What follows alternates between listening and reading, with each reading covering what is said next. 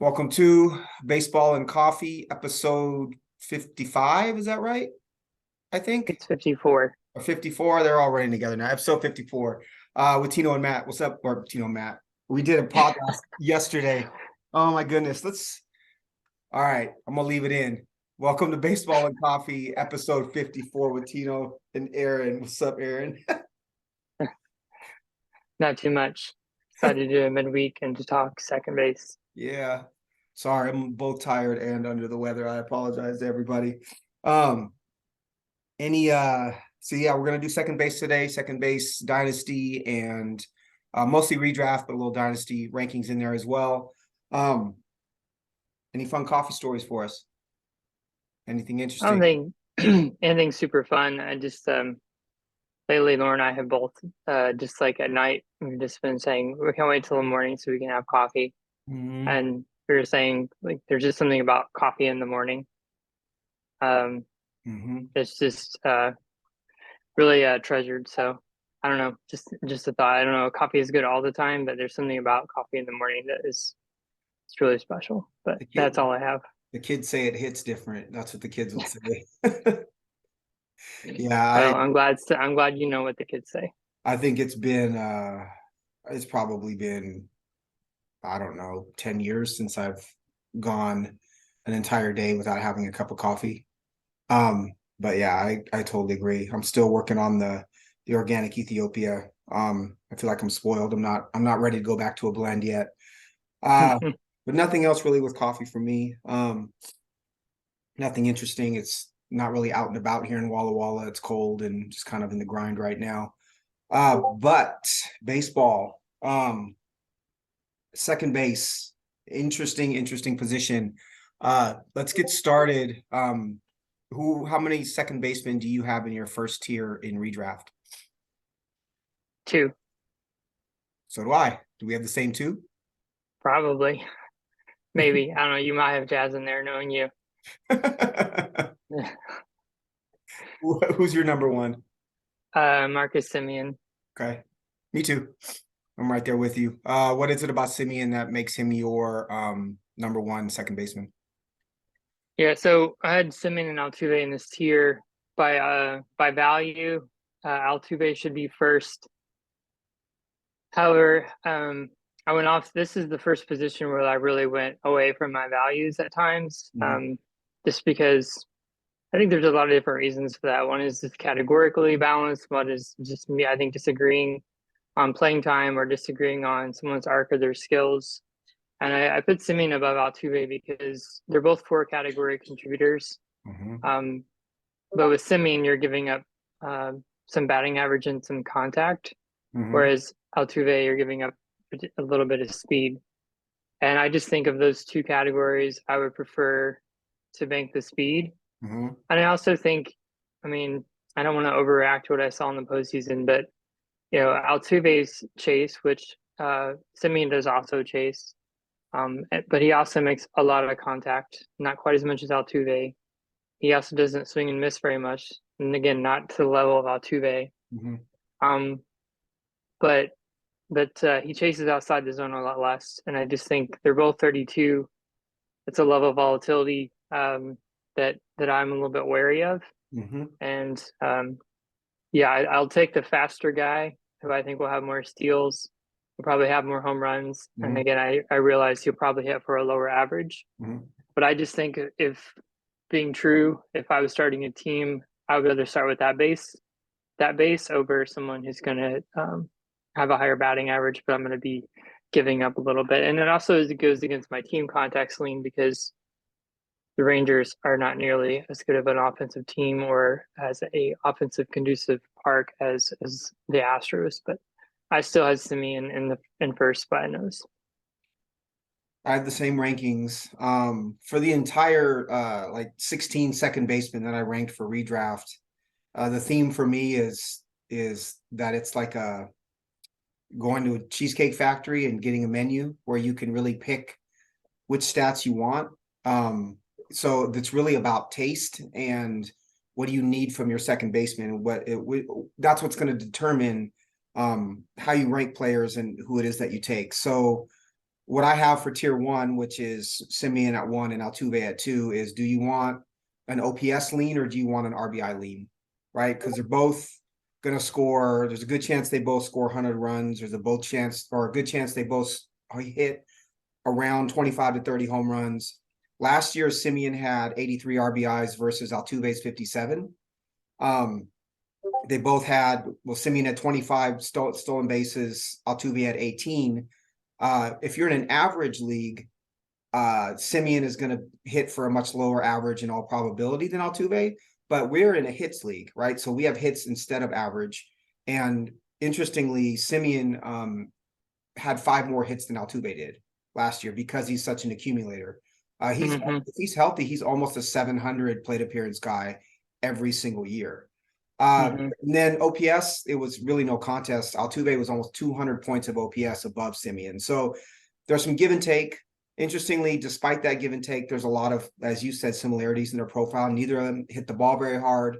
Neither of them have very high swinging strike. Neither of them barrel the ball a ton, right? They both have pretty extreme launch angles. I've cited Simeon a lot about how a lot of his home runs tend to cluster down the left field line. I think Altuve tries to get it into the Crawford boxes as well. But, it's really, what's your taste, right? What is it that you're looking for? What is it more accurately? What statistics do you think you can find at other positions? Do you think you're more likely to find OPS at other positions or more likely to find RBIs at other positions to compensate? But I think those two, at least for right now, like this year and maybe next year, are head and shoulders above the next tier. I think they're both championship second basemen, meaning you can win a league with either of them at second base. I don't think there's a ton of risk with Simeon. I think actually Simeon's floor is probably 90% of last year, but I think he has a higher ceiling given what he's done historically. He's hit 45 home runs one year. That was with Toronto playing in a really small park in was it Buffalo and then Florida, right? And Dunedin, yep. Yeah, Dunedin and Buffalo. But he still, the fact that he hit, despite the park, the fact that he hit 45 home runs in a year says something about his power. I also think there's probably pressure on Simeon last year to live up to a huge contract. And while I try not to incorporate that stuff into the rankings, there is that possibility that he felt some pressure and is a little more settled in this year. The pressure this year is going to be on DeGrom, not on him. So Simeon 1, Altuve 2, and then the next tier, who do you have at the top of your next tier? I have Jazz at the top of my next tier. Okay. So I will say, so I have 4 players in my second tier. These 6 players, including Simeon and Altuve, and these 4 were the only ones that had positive value before the positional adjustment in my rankings or my projections here. So that was kind of interesting that there's only 6 second basemen that when you compare them against just the pool that are plus, that are plus value. I put Jazz. Do you want me to talk about Jazz or do you want to share your third? No, go ahead. Talk about Jazz and I'll let you know where I rank you afterwards. Sure. So in this tier, I have Jazz, Albies, Edman, and Andres Gimenez in that order. The reason I put Jazz above at the top of this group, despite his value being a little bit lower than a couple of those guys, is to me all these guys have question marks. With Edman, it's his ability to hit for power. Might he be moved down that order? But he's going to have a lot of steals and he makes a lot of contact. Albies, his splits are a concern to me. His chase rate's a concern to me. He posted a really low hard hit rate last year, although he was hurt. So he's a profile, as we talked about last year, that doesn't excite me. And then Jimenez, we've only seen it once, right? And there's a lot of things I like about him, especially the speed. But there's also a lot of chase in his game. But he did improve his contact last year, but we've only seen it once. And so I have questions about all these guys. So if I'm going to have a question, I'm being a little aggressive here, putting Jazz third, but he just stands out with his quality of contact and his speed. And so if I can get a 3-category guy, even if it's just power, runs, and speed, I know the batting average might not be good, I know the RBIs probably will not be good. Miami is pretty dreadful. But I just, again, if I have to select someone from this group, team context outside of that, I think Jazz is the one would be my choice, just because I think he offers the most, and they all have their own questions. So I have 3 in this tier. I do not have Tommy Edman in my tier 2. So my 3 is Ozzy Albies, my 4 is Andres Jimenez, and my 5 is Jazz Chisholm. As much as I love Jazz as a player, he's a fun player. He is at 5 for me.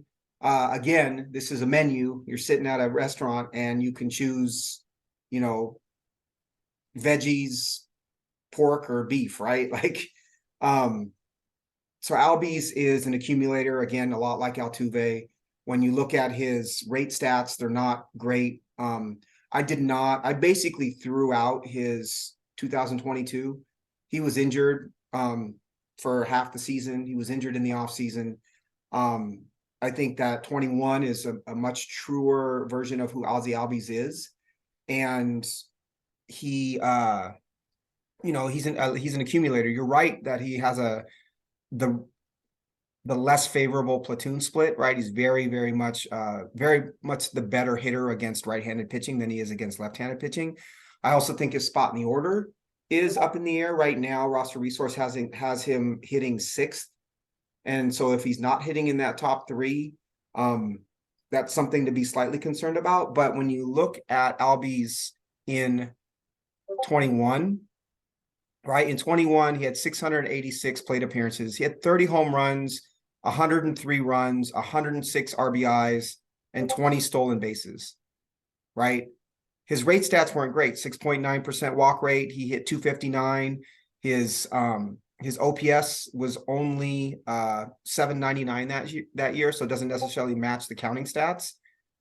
But in 19, he had 24 home runs, 102 runs, 86 RBIs, 15 steals. In 18, as a 21-year-old, he had 24 home runs, 105 runs, 72 RBIs, and 14 steals. So despite the fact that we don't see great rate stats with him, and his skills he might have a shallower, less upside skill set than, say, a Jazz Chisholm does. I think that context and history say to me that Ozzy Albies is my number 3. I'm going to trust what he's done in the past. I'm going to trust the Atlanta organization to understand what to get out of him. He's proven that he can put up tremendous stats with a low walk rate and with lesser metrics, right, than some of the other players. He's not that impressive when you look at the numbers until you look at his counting stats, and that's what fantasy is. So Albies is my 3.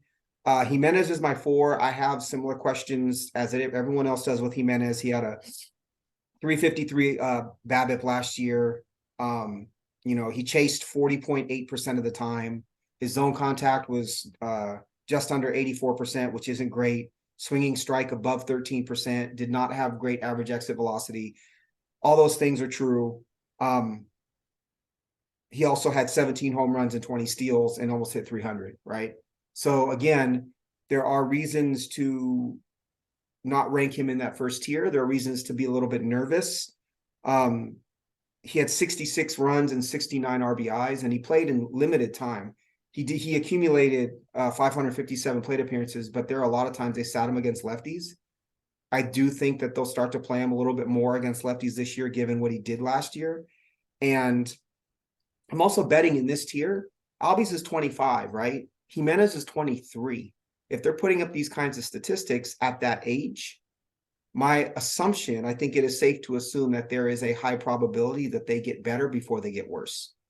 And so this is my kind of higher potential tier. And then the other thing about Jimenez is he does have second base shortstop eligibility this year. And so if that is something that you value, that's something to take into consideration. I kept him in our home league, or I'm keeping him in our home league. And part of it is that it gives me flexibility to fill in either one of those spots if I need to. And I like that. It opens the draft pool for me. And then my number 5 is Jazz Chisholm.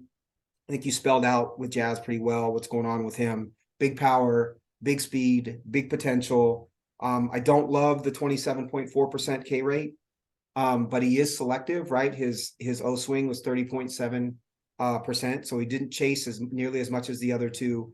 His zone contact is very low. Last year it was 77.8%, so under 80% contact with balls in the zone. But to your point, the quality of contact is incredible. In 241 plate appearances, he put up 14 home runs and 12 steals. And if counting stats are the name of the game, Jazz has got that. I did rank him lower in Dynasty because they said that they're going to play him in center field as opposed to second base. And so in Dynasty, he actually moved all the way down to number 6 for me. And that's the beginning of my third tier.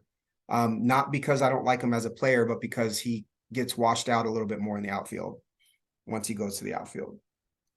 So that is my tier 2. Why don't you speak on Edman a little more, or unless you're done with Edman, since he was in your tier 2?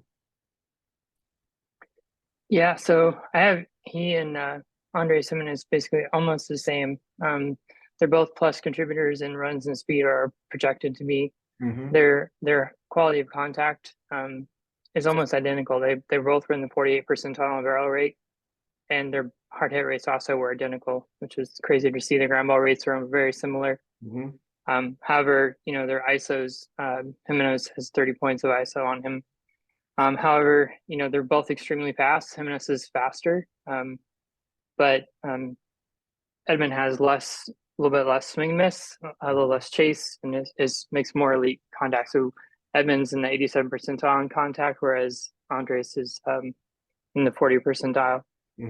So I'm not buying into the power completely that Jimenez showed, but I do see him as a great source of runs and speed and playing time.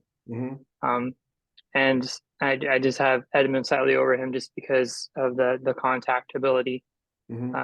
Neither one of them, the walk rates are 6.7 and 6.1, so neither one of them are high walk guys. So they're going to rely on their contact and speed to get on. Edman is not a player that I gravitate to. I like guys that make a little bit better contact, but I think again for runs and speed and contact, and a little bit more of a track record, just nosed him over. But I could easily flip flop those. I think that for me, Jimenez is. I think the power is real. We were looking at 15 home runs. The prediction last year, coming into last year, was that he would hit 15 home runs. And he hit 17. But I go back to age, right? I think with age typically comes more power and slightly less speed. That's something that we understand about players for the most part. And so if he's hitting 17 home runs, and we expected 15 from him as a 23-year-old or as a 22-year-old, I think there's a very good chance, just based on super simple reasoning, that number can head past 20 in the upcoming years. I think that the expectation for me is that he stays in the high teens, but I think there's at least a 40% chance it goes past 20, just simply based on age and development and understanding the game better, right? More experience. I also like the fact that, he had those 17 home runs in 557 plate appearances. Edman had 13 in almost 100 plate appearances, actually 70 plate appearances more, right? So the power is much, much less on Edman's end. You're right about a lot of their stats being very similar. Edman had scored 95 runs and had 57 RBIs. Whereas Jimenez was more balanced with 66 runs and 69 RBIs. My preference in a player is to find balance as much as I can across the board. And so if I'm rostering Edman, I know that I'm getting runs and I know that I'm getting steals, but I also know that I might have an RBI deficit, right? So in his 4 major league seasons, 57 RBIs is his career high.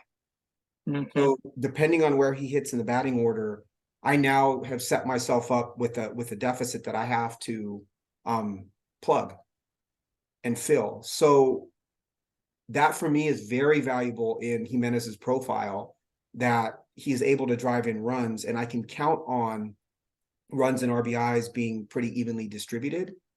And I think that the Guardians see him in that vein, right? He hits fifth and sixth a lot in 2022. It wouldn't surprise me to see them put him up in the order.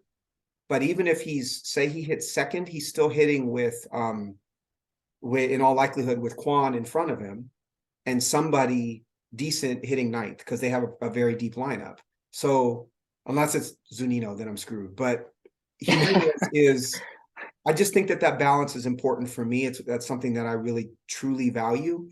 And so if there are the slightest differences between Jimenez and Edman in terms of power and a little bit more chase or swing and miss on one end than the other, I'm taking the power and the lack of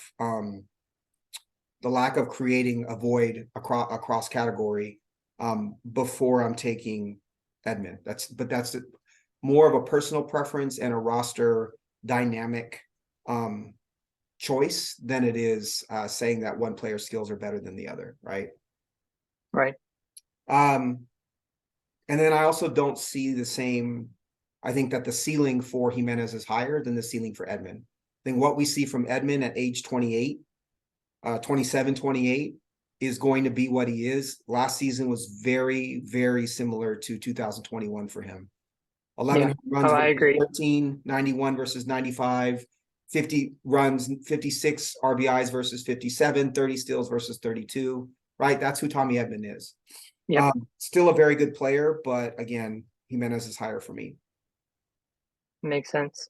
All right, so I had those three in my tier, so I'm on to my number 6 and you're on to your number 7, correct? Yes. So tier 3, who is your number 7? So this is kind of my power tier here. It's Polanco for me, Twins, and then Muncy, and then Gleyber Torres. Okay. So I have 5 players in this tier. I've got Ketel Marte at 6, Jorge Polanco at 7, Tommy Edman at 8, Gleyber Torres at 9, and Brandon Lau at 10. So let's talk about Polanco first. Yeah, so I have him. It was he and Torres were the two, by projections, the two next most viable players. I strongly prefer Polanco. While the Twins park is pretty detrimental for right-handed power, it's neutral for left-handed power, and that's his stronger side in terms of power. His last year was kind of a wash for him, but I just his barrel rates and his he's on his 0 either with speed. He's in the top 30 percentile in speed. Has a really great. He's in the top 10% of home plate to first. So I think of these players in this tier, for me, he's the one that gives you some speed. I get suckered into the Twins siren song every year. Guess this year is no different. Right. But yeah, I just see power at this power at the position. Good lineup spot. Again, some speed as well, which I think is just helpful. Not plus speed, but good speed. So sure. I'm in on him for in this group. I traded for Polanco kind of mid-season last year.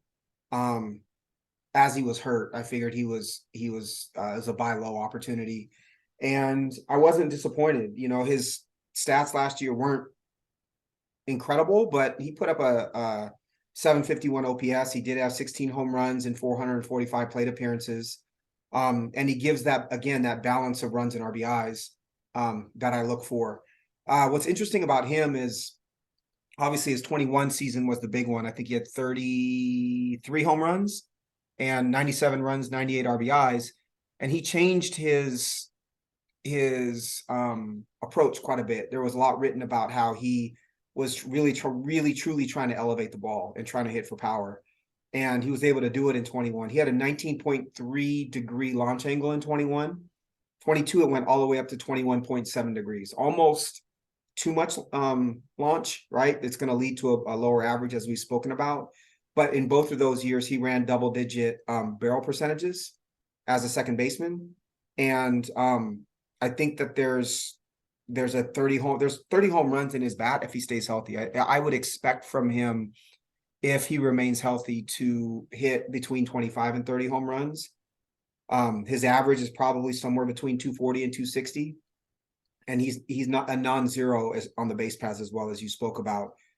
He's almost a 50% fly ball guy though. So I do think that you will see droughts with him, right? Where like I think last year, I didn't track it, but last year there were weeks where he would hit multiple home runs. And then there were weeks where he was an absolute zero. And that comes with an extreme fly ball hitter in the way that he is. But lots of value again in like 3/4 of a season. He had 54 runs, 16 homers, 56 RBIs, and put up a mid 700s OPS. And that's not it's not a bad player, especially if you believe that there's room for improvement. He also had I know that we talked about this last pod, but he had a 14.4% walk rate. So he's incredibly selective. His O swing was 28.2%. And he does make contact in the zone. So Polanco is my 7. I agree. I really do love Polanco. He's someone that I'm probably not going to have room to keep. But I would love to acquire back or draft in our hybrid keeper league if possible. All right. Who's next for you? Actually, let's do my 6. So where do you have Ketel Marte? This was painful for me. I've been such a fan of him. Actually had him outside my top 16. You did? Yeah. What's the reasoning? I just keep banking on him putting together a healthy season with his ability to strike the ball, and I keep coming up empty. I've been projected for 18 home runs and 3 steals. ATC has him for 576 plate appearances. I have no expectation that he's going to be able to play that many games. And so if assuming that if he had 18 home runs and 3 steals at that, if we start chipping away at that, I'm just not sure. I still like him. But he's not, to me, I wouldn't want him as my starter. Okay. I just have him as a 1 category contributor, and that was an RBIs at the position. Everywhere else he was a deficit. And that's with 576 plate appearances, which I'm wary that he's going to be able to accumulate that. I don't want to project health, but I think you have to consider the track record, and it stinks because I like him as a player so much. Sure. I don't think he was healthy last year. He did have 558 plate appearances. In his age 25 season, when he had 628 plate appearances, he hit 32 home runs, 97 runs, 92 RBIs, 10 steals. I do think his speed has been overrated. He was fast as a Mariner, right? I remember watching him fly around the base paths, but he really bulked up when he went to Arizona and became more of a hitter. I look at last season from him, and honestly, I think he wasn't 100% healthy. I also think that he was just unlucky. His BABIP was 276, okay? And he hit 240. So his BABIP was 276, but everything else was pretty much in line, right? As far as he had a slightly high chase rate, 30.7%, but a zone contact of 86.3%, which isn't bad. Swinging strike rate of 8.7%, which is good. Average exit velocity north of 90 miles an hour. Max exit velocity of 115. Launch angle 13.5, which is very good. The one thing that I saw too is he has that ground ball, fly ball mix that I like. I call it the 40-40 mix. But he was slightly higher ground ball, 42.3%. Here's the kicker for me. He pulled the ball 44.4% of the time. Okay. So if you have a guy that's hitting the ball on the ground a little more than in the air, and he's pulling the ball a ton, and he's hitting primarily left-handed, in 2022, there is a very good chance that he's going to run a low BABIP because of the shift. Fast forward to 23, if you combine the fact that you think that he was slightly unlucky last year with the BABIP because he was hitting the ball hard, and the shift is now outlawed, or the shift rules have changed. Now you're looking at a player that I think you could see a big and improved health, right? Because he is only 28 or 29. Now you're looking at, to me, him going from 240 to 290 is not out of the question, because everything else in his profile says to me that he's capable of it. He also has done it in the past. He hit 318 in 2020-21. He hit 329 in 19. So 2 out of the last 4 years, he's hit above 318. To me, that's a badass hitter. And I'm willing to bet on history and pure talent, especially when you get to some of the lower tiers, right? So for me, Ketel Marte is, I think he's going to have a big bounce back year. I really like what I saw in his profile. I think the arrow is up from where it was last year. He's not, I think his talent is in that second tier, but I'm expecting high third tier production from him this year. I like Marte a lot. I think he's a really, really good buy low. He's not a buy low in our league because I know Brandon values him, but to me, he's a very good buy low. So 8, I have Edman. We talked about Edman. So mine goes Marte, or Polanco, Edman at 8, Gleyber Torres at 9. I think he's worth talking about quite a bit. Where was Torres for you? Also 9. Okay. Why don't you start us off with Gleyber Torres? Yeah, so I have him as a plus value at the position in home runs and RBIs. Also have him for 11 steals. He doesn't really pop anywhere other than, his ability. He's in the 81 percentile on barrel rate and 84 percentile on hard hit. So his quality of contact is good in general and good for the position. I think, we saw him stabilize a little bit getting off the short last year. Not to get into the narrative too much, but I think his defensive ability is a better fit at second base. Low 20 strikeout rate, sub 10%, walk rate. Not a player I'm in love with, but I think a reliable source of power, a little bit of speed, good lineup, lots of playing time, 578 plate appearances. So don't value him super highly, but I think he belongs in the top 10 position for me. What do you do with him if he gets traded? Do you value him the same way? Does it depend on where? Obviously, depends on where he goes, but yeah. No, I mean, go ahead. Let me pull up his pull rates and stuff. I can see if he's really benefiting from the ballpark. But so his pull, he's pretty balanced. His pull was 36.7. His center was 33.9, and his oppo was 29.4. 35.6% ground ball, 45.9% fly ball. So fly ball lean, hits the ball all over the park. You can't debate the 73 runs and 76 RBIs and 24 homers and 10 steals. Like I said before, that's kind of the name of the game. And he is 25, so he's really coming into his peak. But for me, like you said, the walk rate, the zone contact rate of 82.4, there's some signs there that the floor could fall out for him at some point. I'm not going to ignore the other stats. That's why I have him at 9, but not a player that I'm excited to roster necessarily. It's hard to gauge. I mean, his ISOs have wavered from, 209, 256 all the way down to 125 in the shortened season, 107 in 2021, and then back to 194 last year. Yeah, so we've seen, Torres's ISO go up and down. And to me, if he can study and, just get steady in, as you said, entering his peak years in age 26, 27 in that 180, 185, 190, 195s, range, to me, that power is going to play. And his contact rates are good enough if he's hitting with that kind of power, with the kind of zone contact that he's shown, despite the lack of the walks that we want to see. I think the contact is there to hit with power. Irregardless of park, he is a right-handed batter, so I don't know if he's benefiting too much from Yankee Stadium. So yeah, I think he's a solid player. I agree. Again, just for me, it's just not a player that I'm not excited about a 310 on base.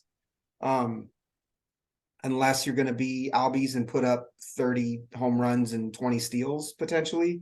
But again, you can't argue with the counting stats. And again, age 25 going into his age 26 season, that is what you look for, right? He's heading into his peak. If he gets traded and if he gets traded to the White Sox, right? There's a team that needs a second baseman, and he's hitting in the middle of that lineup. They hit him second, say they hit him fifth.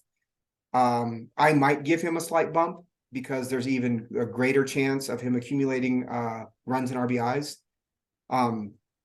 But Torres is, again, a player that I think will be valued higher by others, specifically because of the market and people's kind of desire to have Yankees or Yankee fandom. You see him elevated a little bit. So he's my Right. 9. Who do you have at the bottom of this tier? Torres is the last one for me in this tier. He is. Okay, I have Brandon Lau as well.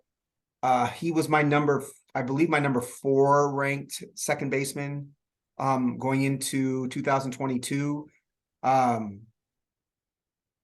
He was hurt most of this last year, or a portion of this last year. What downgrades him for you from where I think both of us saw him last year, going into last year? I have him at 11. Okay. My Also, my we're close. yeah, my next tier here goes 10 through 16, and it's kind of a mishmash of different kinds of players. Low at 11, I still believe in him. I don't. I think when you roster a player and you're invested in him, some that can flavor your analysis, you can push him down because you don't want to increase his favoritism, or you can, put the reasons why you like him and push him up, right? So, I tried to stay as neutral as I could. To me, the reason I have him at 11 is the power, and he's demonstrated well above league average barrel rates. In fact, plus barrel rates. I don't think last year we saw the real him. I don't think it's as you said with Marte. Some years you just have to, or pardon you didn't say it about Marte. You said it about Albies. You just kind of have to wipe it off the board. And you look at what happened before 2022.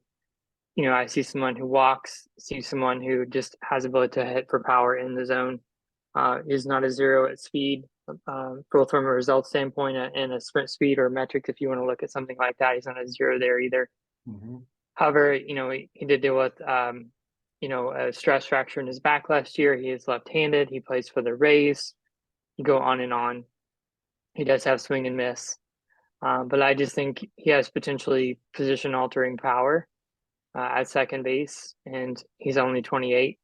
And I'm just not ready to write him off completely. And the issue that he had last year was not a ligament. It was not a shoulder reconstruction. It was, a stress fracture, which I understand sounds really bad, but it's actually, it's not anything with his bones or anything like that. It's not a herniated disc. Right. They're kind of tricky injuries, and he just wasn't right last year. So that uncertainty, the fact that he can be platooned and all that, and the swing and miss has him outside of my top 10. Mm-hmm. But outside of my top 10, to me, after my player number 10, who I haven't even talked about, he's the first player I'd want to take a crack on because of the power ceiling that I believe he still has. Sure. Yes, 39 home runs, 97 runs, 99 RBIs, 7 stolen bases in 2021. That was the reason why I ranked him 4th.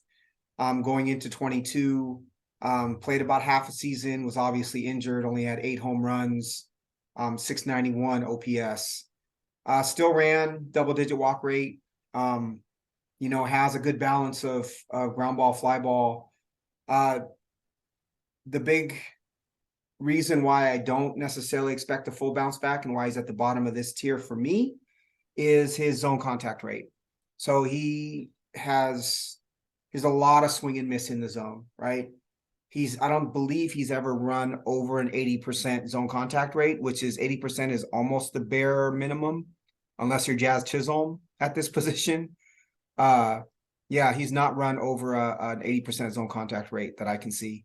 So while he did hit the 39 home runs in 2021, and he is a selective hitter in that way, as we know, that kind of zone contact rate can tank you if you go into a bad streak. And but to that, that said, the Rays obviously really believe in his talent. They gave him over 600 plate appearances in 21, which we never see, right? We always talk Right. about the at-bat distribution amongst that team and how everybody gets, 350, 450 plate appearances. They obviously believe in Brandon Lau.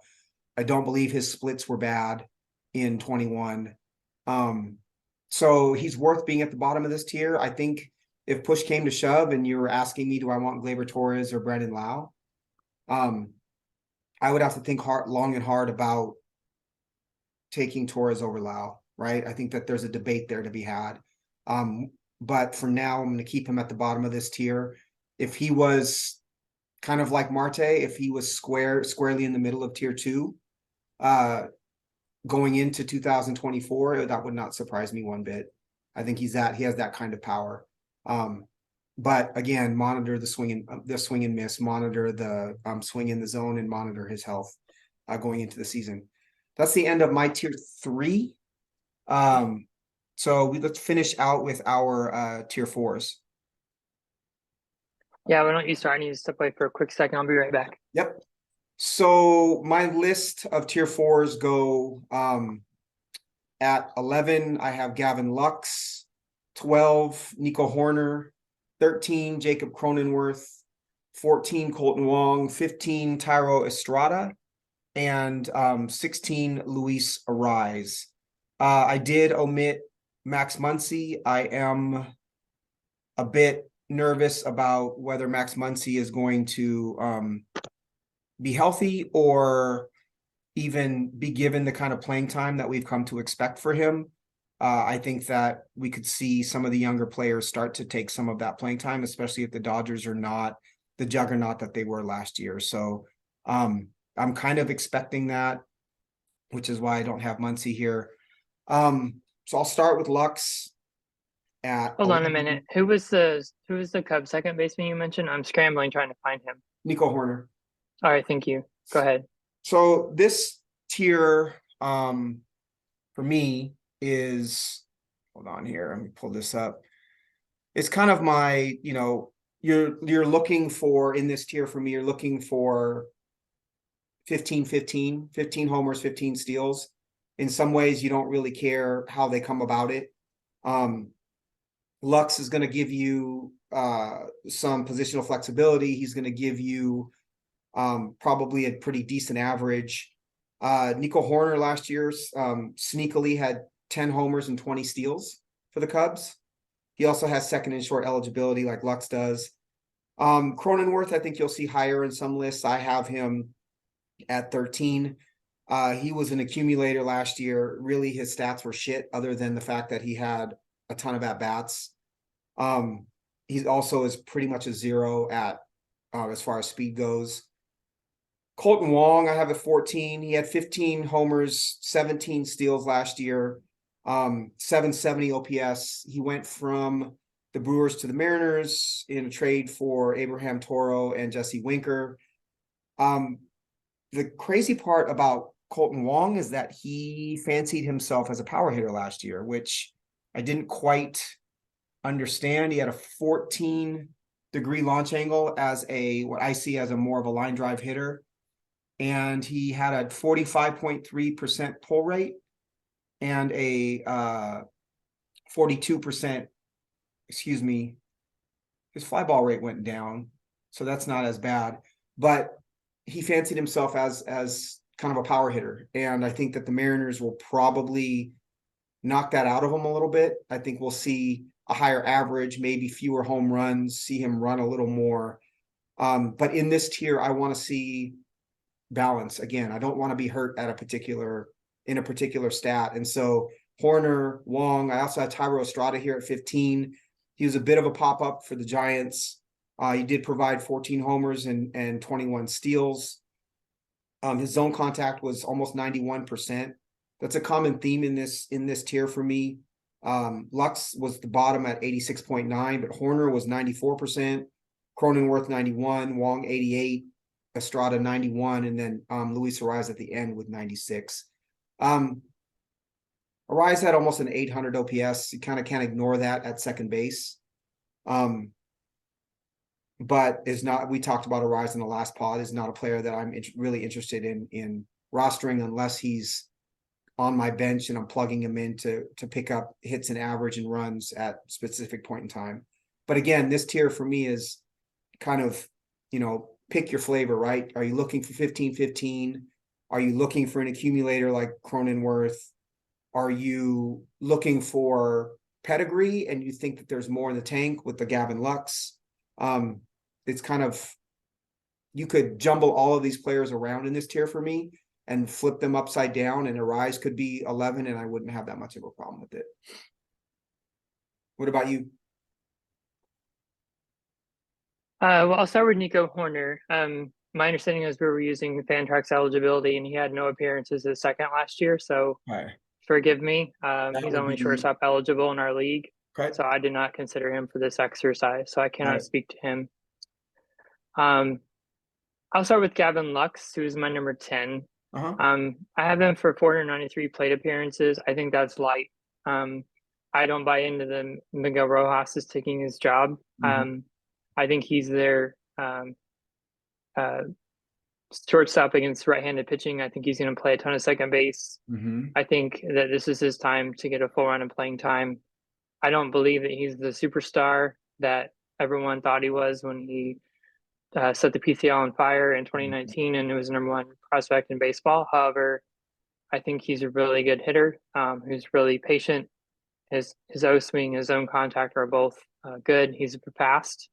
Top 85 percentile turn speed, top 5% of the league in terms of home plate to first. So again, I don't think that ceiling is what we all maybe thought in terms of the fantasy community, but I think he's a really good player. And I think his playing time is about to go way up. And he offers a lot in terms of patience, contact, and speed. So I like him at 10. I had low at 11. We talked about him enough. I have Cronenworth in India at 12 and 13. I think you spoke to Cronin. He's an accumulator. But I have the Padres on Fangraphs are the number 1 team for batting WAR projected, the number 2 in runs scored a game. So even though I think he's going to bat 6th or 7th, he's someone that just does everything pretty decently. He doesn't stand out anywhere, but he's decently fast. He doesn't chase. He makes a lot of contact.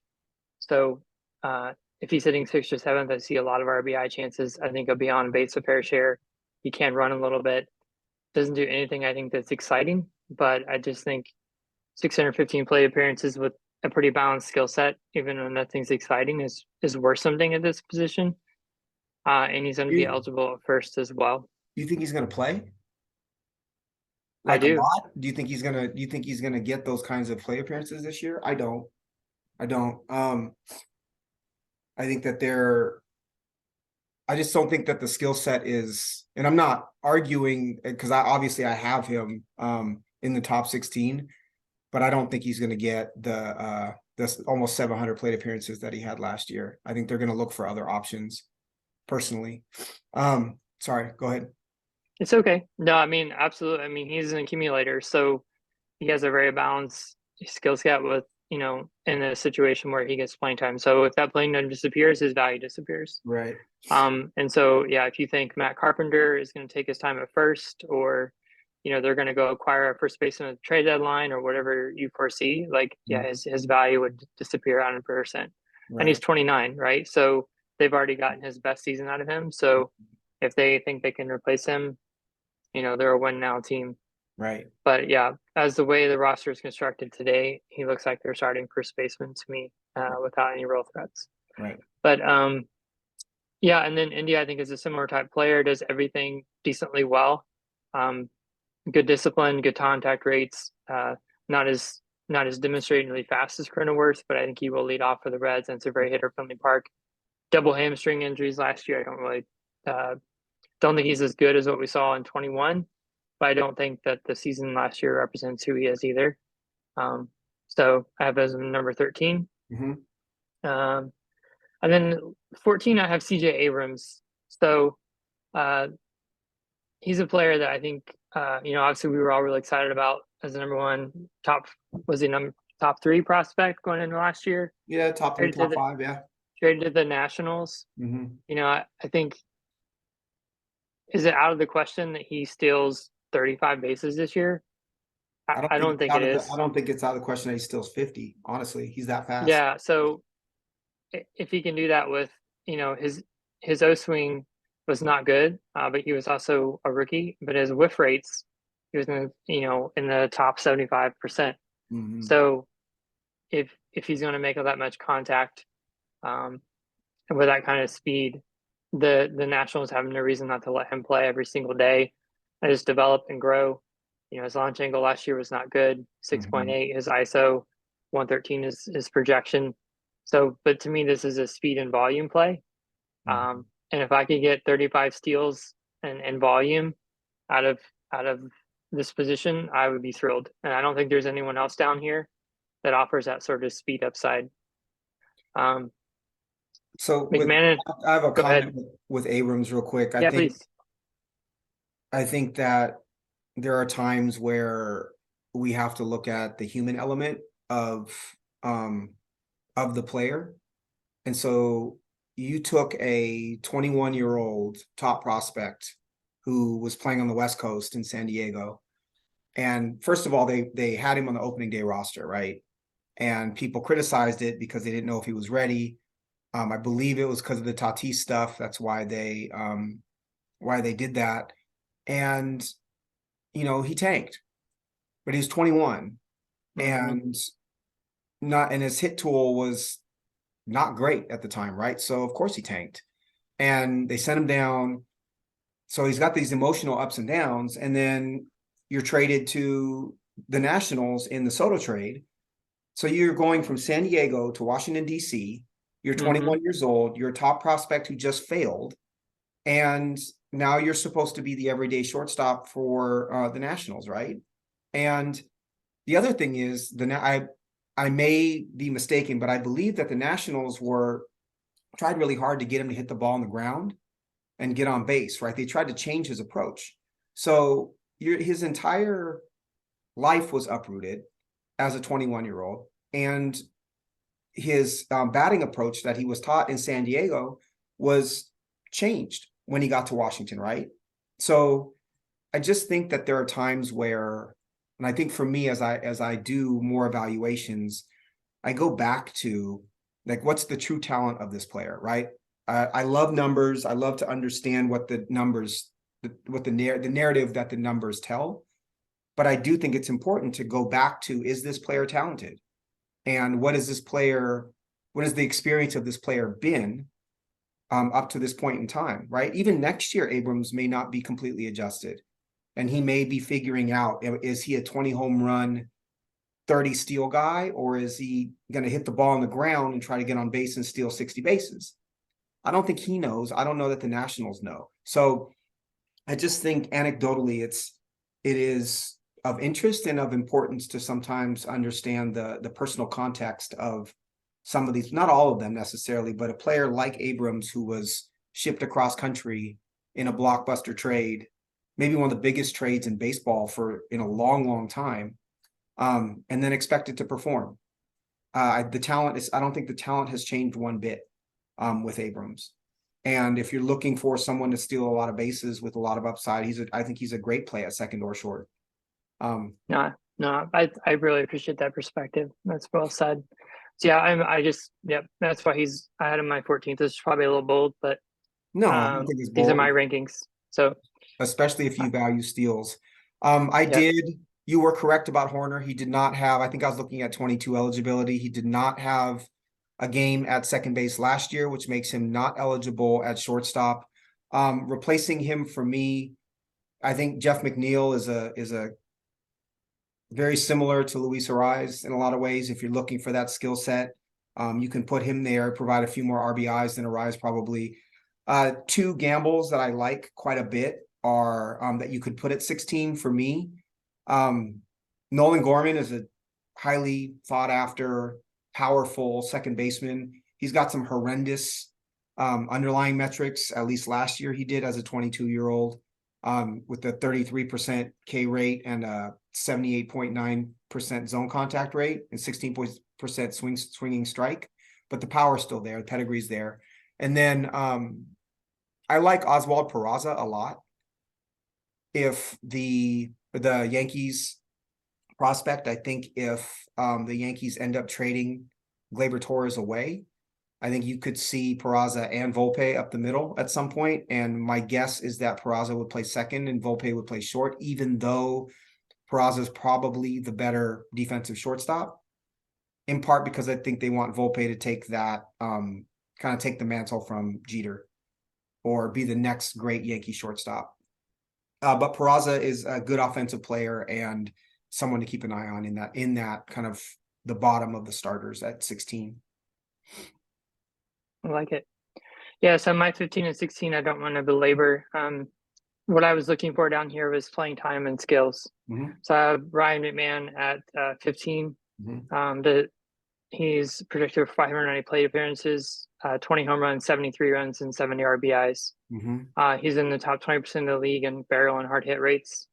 And his O swing he's in the also in the 7th percentile. So it's just some nice play skills there, some good contact skills. I want to run away from any Rockies, but I do think that again, looking for skills and playing time down here, those are really good contact skills. Sure. 70 runs and 70 RBIs and 20 home runs are nothing to sneeze at. Agreed. And then Estrada, kind of came from the Yankee system, as I understand. I wanted to say, it was easy to dismiss what he did last year, kind of came out of nowhere, at least for me. Sure. But looking at his 2021 stats, his walk rate, his strikeout rate, his ISO was actually a bit better. His batting average and OBP were very similar. So he's actually posted, these results 2 years in a row. Mm-hmm. And so I don't know exactly the plans the Giants have for him, but he certainly seems like he's cementing more of a role with them. He really popped for me in his times to first and his sprint speed, as well as his whiff and contact rates. He was in the top 50% of the league in terms of not swinging and missing, and he was in the 86 percentile on zone contact. So I have him projected for 538 plate appearances, 11 home runs, and 15 steals. Again, triple eligible, second, short, and outfield. Mm-hmm. He's someone who's kind of an interesting kind of multi-use player. I'm a little hesitant, similar to the Rays, of fully buying in just because I'm not sure how they'll deploy him. But he's a player I think that's interesting enough down here that I would put him as my number 16 and really do the homework if I wanted to draft him and understand how they intend on implementing him this year. Right. Is there a line? I agree with all that with Estrada, and I like him quite a bit. I do ask though, where's the line for I've been doing this exercise with other positions where you can't win a championship with that player, or it's very difficult to win a championship with that player starting at second base. Where would you draw that line?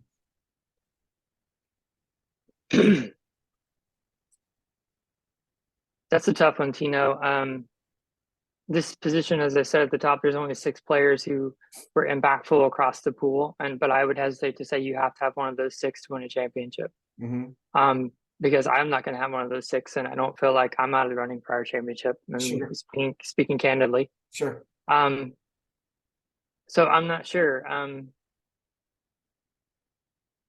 Yeah, I'm not sure where I would draw the line. These are such a different mix of skill sets, as you said. Sure. You're going to, I can't remember what you said, Chili's or what restaurant we were at. Cheesecake Factory, because they have Cheesecake Factory. Yeah.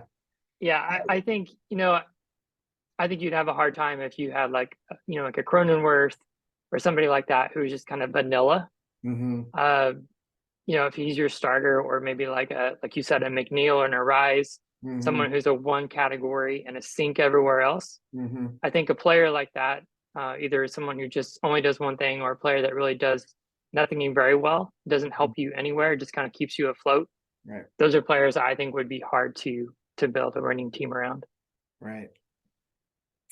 In my opinion, my inclination is to draw the line below 10 for me. So that's below Brandon Lau. That's assuming Brandon Lau is pretty good. But like Torres, Edman, Polanco, if he's healthy, Marte on up, to me, those, as long as you're really, really great at other positions, I think you can win a championship with those guys as your starting second baseman. But as you get to Lux is kind of wish casting, right? And Cronenworth, as you stated, is a negative in some places. And Wong and Estrada, in my opinion, they can barely keep you afloat because of their home runs and steals, but you're always looking for a better second baseman. I think you're churning part of having one of those guys at second means that you're churning a roster spot, a reserve roster spot, looking for an improvement at that position. So I would not be comfortable with either of those two necessarily, but it's always an interesting exercise for me in evaluating kind of where do I draw the line in terms of, can I win a championship with this player? Because if I can't, I'm trying to get better, right? I'm trying to figure out how to get better at that position. So that's our top 16 redraft. I'd love to dig for just a couple seconds into how the dynasty ranks would change. Okay. I know that, so I did do dynasty top 16. I know that I'll read some of mine and have you comment on it. If you like. So Simeon and Altuve are in my second tier. I've kind of downgraded them in large part because of age. They're at the bottom of the second tier. Here's my hot take for the day. My tier 1 in Dynasty is a table for 1. And I'll give you 3 guesses as to who that player is. It's Tamar Johnson. I don't need guesses. Of course it is. So Tamar is he's my number 7 overall prospect in Dynasty, and he is my number 1. If I had to choose any of these players, to be I could have one second baseman as my Dynasty second baseman, or pick one and then pick one late, it would be Tamar Johnson. I just think his skill set he's got 30 plus home runs in his bat, and he's a 300 hitter. And if you were to get that at second base and be able to pencil it in for even 4 or 5 years, that is what I call a championship second baseman. That gives you such a huge edge over other managers, over other teams by having that. That's like to me, that's the Buster Posey advantage, right? When Buster Posey was great, he was not just great, but he was so much better than the other catchers that whoever had Posey had a huge advantage over everybody else. I believe Tamar is that guy. When you see him downgraded on some prospect ranks, sometimes it's because they're not looking at fantasy, they're looking at overall. And he's a second baseman, and he's probably not going to play anywhere else, which downgrades him with prospects overall. But his bat is for real. So he is my number 1. And then I have Jimenez, Albies, Simeon, and Altuve as my 2 through 5. I have Jimenez above Albies because I believe that a lot of it is just the 2 years, being 2 years younger. And I think that he's got another 3 or 4 years of growth, and I believe in his skills. The next tier is I have Chisholm at 6. The reason why he's as low as he is because there is a pretty good chance he's going to be exclusively an outfielder for a lot of his career. And if that move is indeed going to happen, you'll have him as a second baseman for at least 1 year, maybe 2, but then he disappears. And I have to downgrade him as a second baseman dynasty-wise if that's the case. And then I've got Lux, Torres, Michael Busch at 9. So Busch is my second-rated minor league second baseman or second base prospect. I've got Curtis Mead at 10, Marte at 11, Polanco 12, Edmund 13, Brandon Lau 14.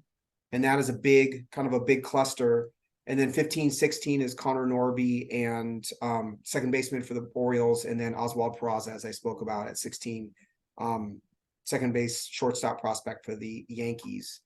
Overall philosophy is pretty clear. I think you got to downgrade Simeon and Altuve because they're just about post peak. You got to upgrade players that you think are on the ascent. And then sprinkle in your top prospects in different places. I could see Michael Busch and Curtis Mead very quickly becoming better hitters than Gleyber Torres and Gavin Lux. So I would have an arrow up with those two. Any players in particular you want me to focus on or you're interested in, or comments about the rankings? The most interesting thing to me about your top 5 is that I think Busch, Mead, and Norby are all bat first second baseman. Mm-hmm. They're players that have already fallen down the defensive spectrum. And I just think it's interesting as we move into a year where we're going to have limitations on the shift. What is the range of a second baseman? Sure. and how is that? Because we're coming out of an era where that was really mitigated. Right. And we've seen the Muncies and players like that at second, and teams have been able to get away with it. Hmm. Um, I don't know what's going to happen this year. I Hmm. don't know if we'll look at this list differently in a year from now, or if we'll laugh that we even consider that. I just think it's interesting Sure. that the Bush, Mead, and Norby are all guys who are really, really bat first. And of course, we know like if you hit enough, you're going to play. Right. There's no question about that. Peraz is interesting to me because he doesn't fit that. He's someone who's a shortstop who may play second, so maybe a premium defender. Right. So he's a little bit more interesting to me. Tamari's your guy, so I'm not going to say anything. Do So you? the real quickly on that, I think Bush. So part of the Bush at second for me is that I do think his bat is special enough that they would be willing to give up. Really, the Dodgers or who they trade, whoever they trade Bush to, right? Because we clearly he's ready. He's 25. I believe that his bat. So he's a slightly below average second baseman. But his bat is so good that you have to, in my opinion, unless you have a special second baseman already, you've got to keep him there for as long as possible. I think he will stick there. Mead is so when you look at the Rays, and I don't think the Rays are doing anything with Curtis Mead. I think they're holding on to him because his bat is very good. But they've got Manzardo at first, right? Their first round pick in 22 was Xavier Isaac, who is a first base only player, right? 6'2" or 6'4", 255. And, they have Lau at second, but I think that he's a little bit older. And I do think they see Mead as probably that second baseman of the future. Now, could he move to third? Sure. But his arm is also very short. And so Right. that's a move that is, I think they'll deal with that problem later. But Manzardo is a good enough hitting prospect that I think they're going to keep Mead on second for as long as they possibly can. I think he'll stay there, honestly. Norby as well. Norby and Westberg are kind of competing for that second base job, I think, long term. But if Norby can hit, and I'm assuming he can by having him on these rankings, if Norby can hit, I believe he's going to play second. I think if anyone's moving, I think Westberg would move to a corner, like probably left field. But Hmm. again, this is for me, a lot of this is projecting, a lot of it is, it's not just the skill set of the particular player, but who are they playing with? What's their team context? And then down the line, if they are a trade candidate, is their bat going to be good enough to play them at that position with other teams as well? So that is something Yeah. that I do consider when I'm putting them on these lists. Well, the other thing I like about your Peraza on your list, and I'm not trying to punk for Peraza or clown for Peraza because I don't know a ton about him, is Mm-hmm. like he's the one guy that offers speed. Mm-hmm. Norby, Mead, and Bush, like I'm looking at their progressions here in the minors, and none of them are running. Norby ran a So little bit, but I don't think it's because he's fast. I yeah, think it's looks like he because had 10 at Double A, and then he was traded. Looks like he had different 16 Double A total. team, Reading, and He had then 16 total last year. yeah, Um, interesting. I would say I with have so the one quick thing with Mead and Bush is I don't believe I think that they're a non-zero with steals at second. I don't think that they might get 5 steals. And for me, with bats that are that special, it's okay. I'll take 5 steals in a really special bat. What were you going to ask? I was going to pop quiz you, which probably isn't fair, but you do it to me all the time. It's fine. So you made the comment about Lau's zone contact rate, which 100% is true. However, I've found in doing self scouting, like as you talked about the last pod, right? I tend to overvalue contact ability. Mhm. And so in trying to get better in close holes in my own game, you know, I've looked really closely at contact in relationship to power.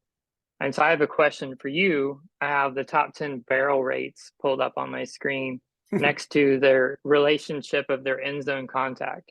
Okay. So my pop question is, of the top 10 hitters in terms of barrel rate in 2022, how many of them do you think had a end zone contact above 80%? Above 80? Above 80. Low bar. Of how many had a zone contact rate above 80% of the top 10? 6. The answer is 2. Ooh.